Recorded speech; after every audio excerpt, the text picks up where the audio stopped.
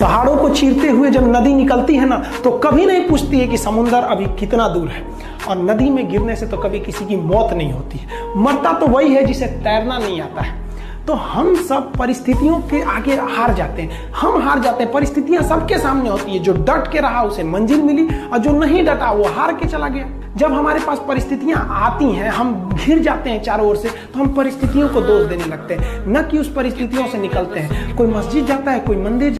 हमें अंग्रेजों ने 1947 में अंधेरी गली के मुहाने पे छोड़ के गए थे, तो उस वक्त से धीरे धीरे सुधार हो रहा है। इसमें दो चीजें की जरूरत है। जो लोग अपने आप को पुरुषवादी समाज समझते हैं कि सब कुछ पुरुष ही कर सकता है, तो हम उन लोगों से पूछना चाहते हैं कि 1947 से लेकर 2020 तक क्या कर रहे हो, क्यों नहीं देश आगे गया? क्योंकि देश ने महिलाओं को बराबरी का मौका ही नहीं दिया।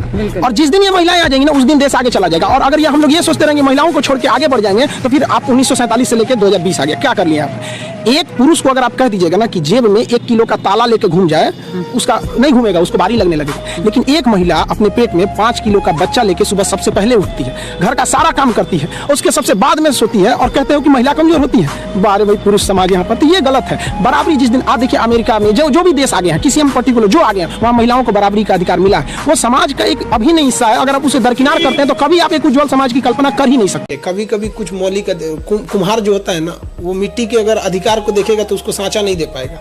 अगर पत्थर छीनी वाला देखेगा कि हम पत्थर को मारेंगे, इसका अधिकार, इसको कष्ट हो रहा है, तो मूर्त नहीं दे पाएगा।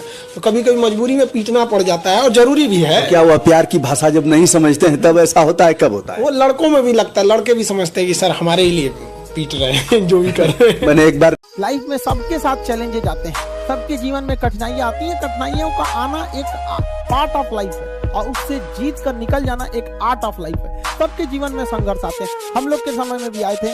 बहुत सारे लोग ठग के चले गए, हमको तो इतना ज्यादा ठगा गया कि हम पटना केवल इसीलिए रुके कि हमको घर जाने का पैसा नहीं छोड़ा था। इस तरह से हमको यहाँ पर नुस्ख लिया था लोगों ने। लेकिन हम धैर्य रखे, अपने टीचर से बात की तो उन्होंने काफी मधुर भाषा में बोला कि देखो बेटा, जीवन में किसी को ठगना पाप है, ठगा जाना कभी पाप नहीं है।